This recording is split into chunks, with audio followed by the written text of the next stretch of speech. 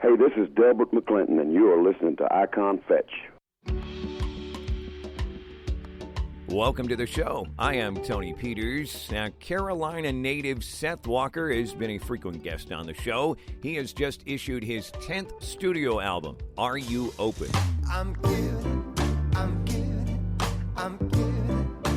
giving it all away. And while groove has always been a part of his music, it seems to have taken on a bigger role this time around as he introduces some different flavors and rhythms. He also recently spent some time down in Cuba, and perhaps that had something to do with it. So we welcome back to the show, Seth Walker. Seth, how are you, man? Pretty good. How are you, Tony? Oh, doing well. So this is the 10th album. That's got to blow your mind to even think about that, right? Come on. I mean... Yeah, it is kind of nuts, right? I mean, this is, let's see, my first one came out in 1997 when I just moved to Austin, Texas, and I've been, I guess, every couple of years still just, trying to find a little way with a new record. Yeah, right. So Gotta Get Back, your last studio record, really kind of had a purpose. You know what I mean? I mean, that was a thing to, like, I remember talking to you at the time, and you were like, I'm going to, I had to reconnect with my roots. I mean, you were connecting with your family. I mean, that was a serious thing. This seems to, just from like listening to the songs, maybe a little more organic, just kind of happen sort of thing, right? Or yes, I mean it was definitely more of an introspective record, I would say, than Gotta Get Back for sure. Gotta Get Back thing was definitely a pilgrimage to back to my roots, with the family and all this. But this one was. Yeah, man, I spent so much time in New Orleans. I was down there for about 5 years, and that's where I wrote most of this on my own. Most of the songs are they're not co-writes. I just kind of tried to dig a little, dig into a little trench and try to introspectively and just kind of make definitely some different themes for me. Another big difference in this album is that I recorded most of it at my house, at my home. So the process was completely different. A lot, you're talking about the grooves. A lot of these songs, the grooves were born before the lyrics. Really? Which I'd never really worked that way. Okay, all right. Yeah. Interesting. So maybe it might have made me think differently lyrically after the fact, and taking a little bit from all these places that I've lived and visited. Here I sit on the old Mississippi under a stormy sky and by and by.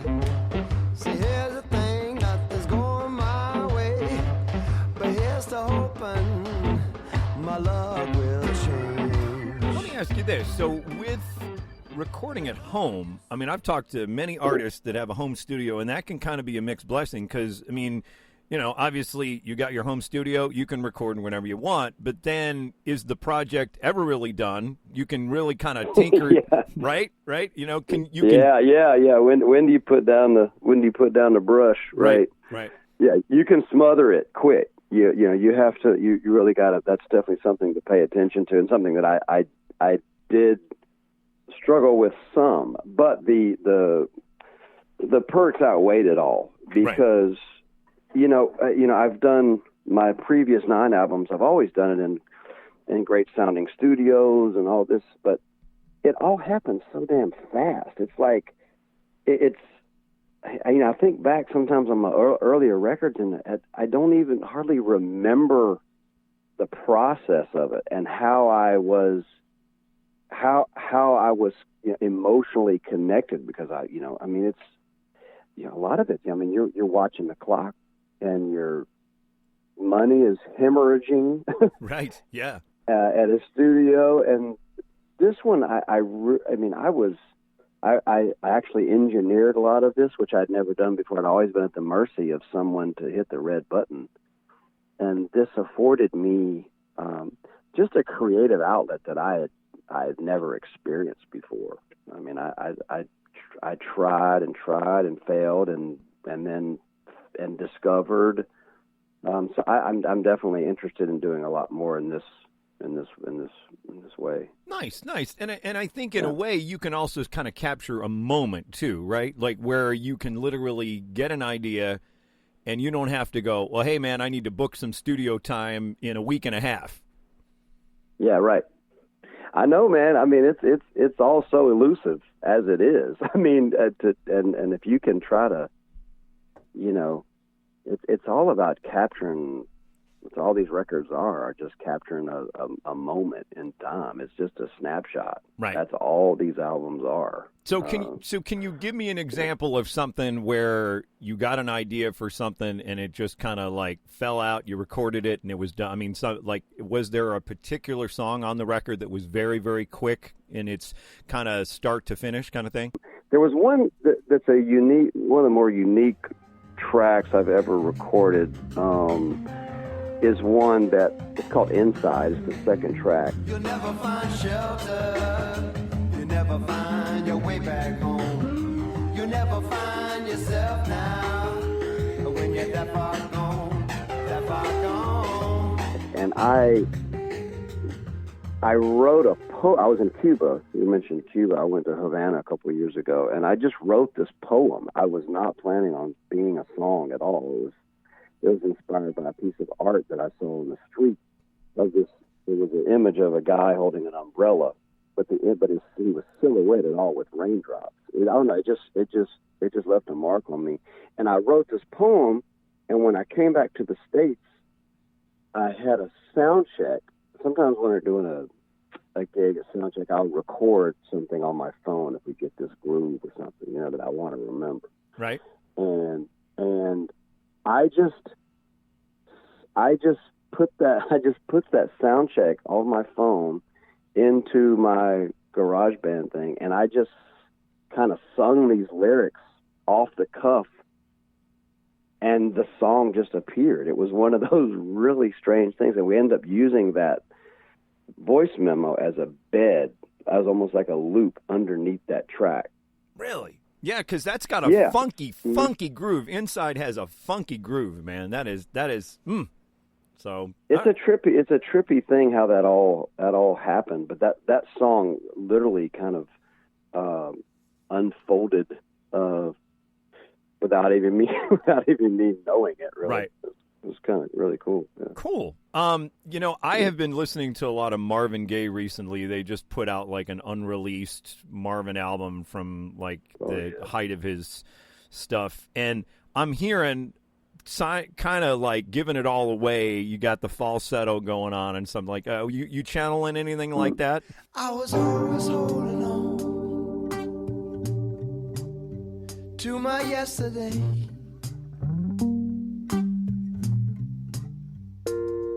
I was always holding on to my yesterday.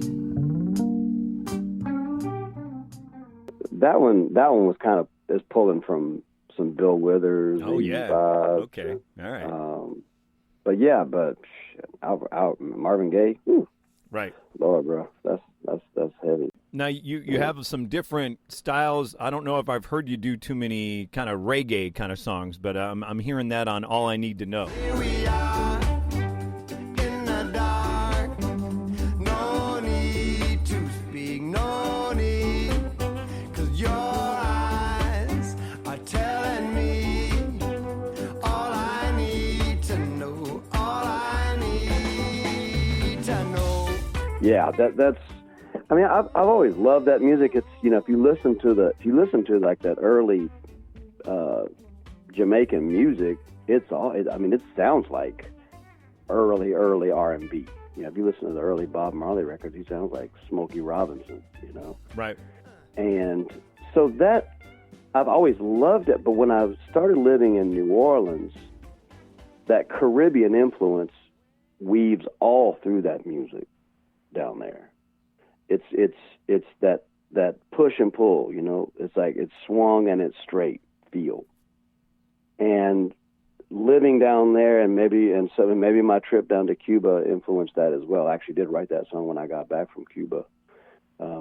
But yeah, it just came out. I mean, it just swings just in a little different way. Now you mentioned Cuba, and I mean I've had friends of mine go down there, and it's like it's just a trip, man, because you see these cars from 19 whatever it is 60 or whatever, you know. It's like it's a time warp, man, for sure.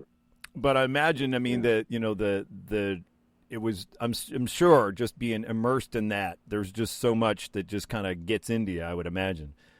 Oh gosh, I mean, those people, bro. I mean, it's all heart. It's all heart and soul, and in this broken system, they find a way. Right. Talk about improvisation. Right. I mean, that's what they do. Yeah. And they lead with their heart, and unfortunately, and fortunately, those kind of rough circumstances, spawn all this beautiful art and music. Right. It was a wonderful place to visit. I'd want to go back. It was kind of a strange time for me to be there, Tony, because like when we got there, 4 days before we got there, Fidel Castro had died. Oh man. Okay. Wow. So they had 9 days of mourning there. So they banned all music. Wow. You couldn't hardly play a radio down there. It was surreal. Man, yeah, that would be the wrong time as a musician to be down in Cuba. Yeah, it was. I mean, and Ruthie Foster and I went down there to play concerts. Right. So we had to do these kind of covert, undercover concerts. Wow. It felt like the speakeasies going on or something, right? You know. It was, man. And so it was like obviously a very historic time to be there, and emotions. It was very splintered as far as reactions of all that. Right. And then I guess we had 2 days left. Then the band lifted, and then the music kicked in, and it was absolutely electric because these people hadn't been able to play music or listen to music for 9 days. So we got to experience that as well. Right. Yeah, but it sounds like that's you need to see that. In a. I hear what you're saying about going back. You know what I mean? That's. Yeah, I want to go back. I want to go back for sure. I made some great friends down there, and got to play with some of the local musicians. And, right. That whole Buena Vista Social Club record that Ry Cooder did, I have always adored that album. And just to kind of rub up against some of that. Yeah, absolutely. And you mentioned Ruthie Foster. She's great, too. I've had her as a guest on the show, seen her in concert as well. She's an amazing performer, too. She's a force of nature is what she is.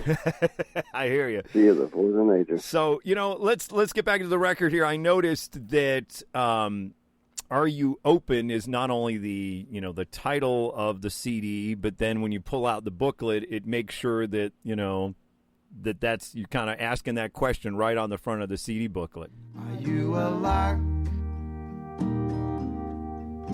or a key? Are you full of doubts or belief? Are you open to you and me? Yeah, I think that was maybe one of the first songs that I wrote in this batch, and it was a question to myself initially. Are you open to something you may not be as comfortable with, or and then it kind of was a question to the listeners too. And it's a simple little arrangement, but I felt like should be the title of the record, you know. And I noticed that you did the painting of the album cover too. Yeah, I did. Man, I did. like, When I got back from Cuba, man, I painted that. I went to school years ago, once upon a time, at East Carolina to study art, and so it's been a while since I painted. But when I got back from Cuba, man, I just that thing just kind of came out, and we put it on the record cover. Nice, nice. Well, I mean, and it's just cool because, you know, it's amazing. You immerse yourself down in Cuba, and you get these songs, and you get this art. You know, it's kind of manifesting itself in different ways, which is really cool. So, yeah, I mean, you have to kind of be. I mean, I think our job as an artist is to really be open and let it. It's so easy to try to steer it, but that's never the way with anything I guess you do in your life. You know, you got to let it happen. Got to let it happen. You just gotta let it steer you. Yep. And a lot of this album felt that way. You know, as a whole, it did. I mean, there was some of the tracks that were journeys, like Hard Road, took many shapes. Up on the hard road, the hard road. Up on the hard road, I'm lost and never found. I can't turn this thing around. Before I finally figured it out, you know. So there's always a yin and yang. You know, I also noticed, like, the songs kind of seem shorter. They're like, I mean, sometimes I'm even like, wow, man, there's not even a guitar solo on that. He just kind of, that's done. Like, it's, you just kind of get in and get out. Whereas I think like you said, your last record, you had some ones that were stretching out into kind of a jam or whatever kind of thing. Yeah. You know, I mean, again, is that just like that's just kind of how it happened, or was there maybe a conscious effort to just go, man, we're just going to keep it short and sweet kind of thing? Man, it none of this album, it seems like, was a conscious effort. Okay. It really just kind of unfolded that way. I wasn't thinking. Honestly, I was trying to not think along any lines and just let it happen. I mean, I guess that might come from, you know, as a songwriter, less is more kind of vibes, you know. Sure. But I tell you what has happened though, man, is since I've put the album out and been doing them live, the fact that these songs are definitely more groove oriented, or at least half of them, more than half of them. A lot of them don't even change chords. And when I'm doing them live, I am stretching them out. Nice. And I'm kind of growing musically through these songs live that may steer me to a new avenue for another record. Nice. Yeah. Well, I mean, that's the way it should be, kind of thing. And they kind of take on their own shape when you end up performing out in front of people, kind of thing. Yeah, we did. We just got back from Europe, and we did about 20 shows in 8 countries in about 3.5 weeks. We played a lot of shows, and we played most of these tunes live. Nice. And man, I mean, we stretched, you know, and we got done with that tour, and I was like, you know, the songs off the record kind of took some new shape, and I was like, man, it inspired me to play more guitar. So next time you hear a record, it might be more guitar. There might be some more jams. Right. Going, yeah. That's okay. That's all right.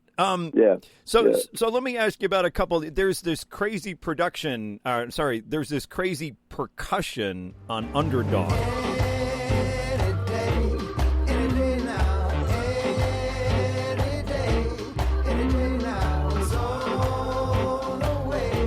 So they say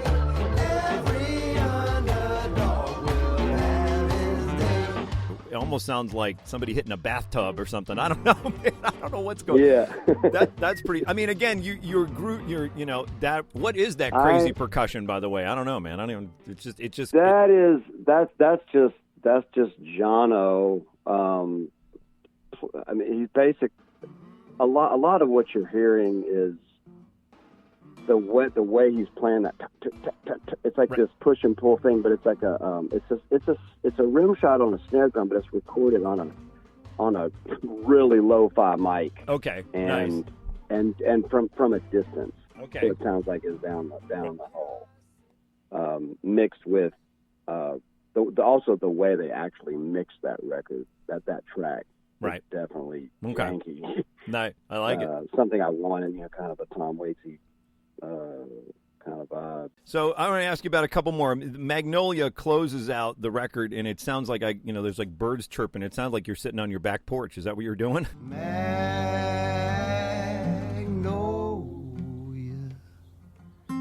guess I never told you.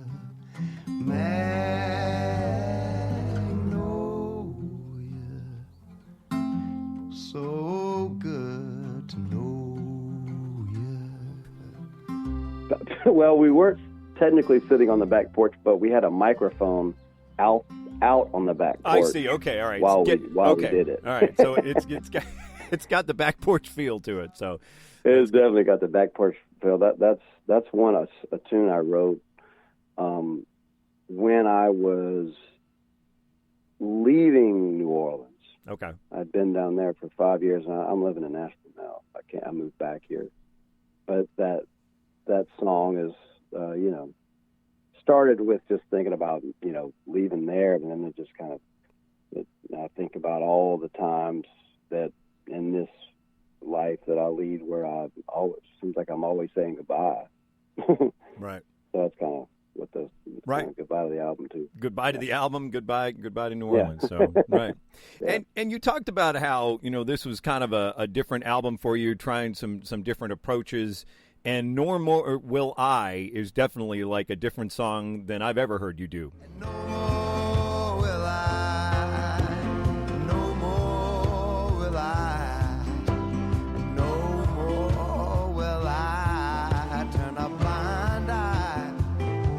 Yeah. I mean, I never really written much topical stuff, but that one just came out one day. I was like, I have to speak my mind and through my heart, and I just taking a look around me and how people are being treated and how we're treating each other. It's just I was like, we have to speak up. We do. We have to speak up, and it's interesting how we continue to be divided. And if you really think about it, we're all pretty much the same. You know what I mean? It's like we quibble over little stuff, and I know. I just watched that John Lennon documentary called "Above Us Only Sky" about the Imagine song, and of course, his song says it's so well.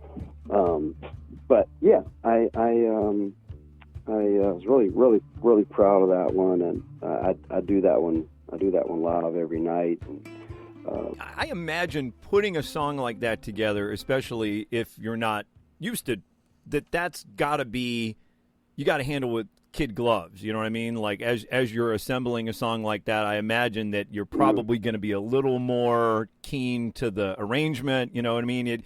You don't want to be over preachy. It doesn't want to be too grandiose. Yeah, it's slippery. It's a slippery slope. It is definitely a slippery slope. I imagine. Yeah. Just, and I think you pull it off because it's sparse. You know what I mean? You got just it's just kind of, it just says what it needs to say, kind of thing. Man, thank you, Tony. Thank you so much. That's good. Appreciate Absolutely. That. So, the new record is out, and it's available on CD. I understand it's on vinyl, right? Yep. All right, man. That's the way I listen to music now, man. I don't know what it is, but it's like I just like Oh, dropping. isn't it great? It man? is great You gotta, to have that back. you know, You know. yeah, you gotta take it out of the packet. You gotta be careful with it. Yep. You gotta put it up, cut the needle on there gentle. Yep. And you sit back there and you actually listen to it. Yep.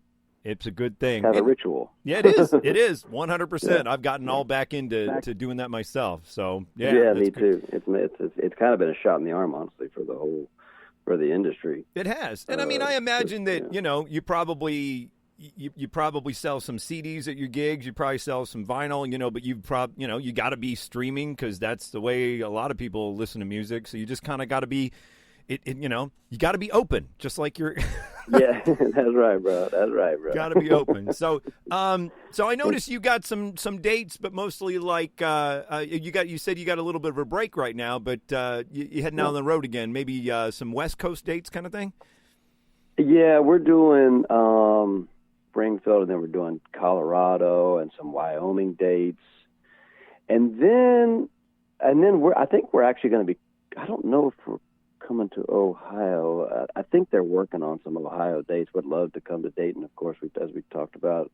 But we're doing Cincinnati, Chicago, and Michigan, and right. And then we'll we're going to head back to the East Coast in the fall. So I'm just keeping it swinging, man. Nice.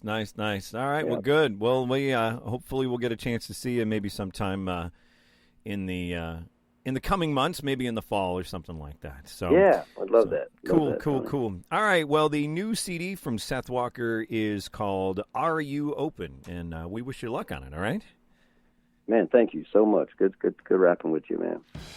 You've been listening to Icon Fetch with Tony Peters. Want more great interviews? Head on over to iconfetch.com. There you'll find every interview we've ever done, plus CD reviews, This Day in Music, and a random album of the day. You can also find us on Facebook and Twitter. Who's Tony going to interview next? It could be you. Send us what you've got to Tony Peters, Icon Fetch, P.O. Box 292134, Dayton, Ohio. Zip code 45429. Or email Tony, host@iconfetch.com. Until next time, this is Joe Kelly. Have a great day.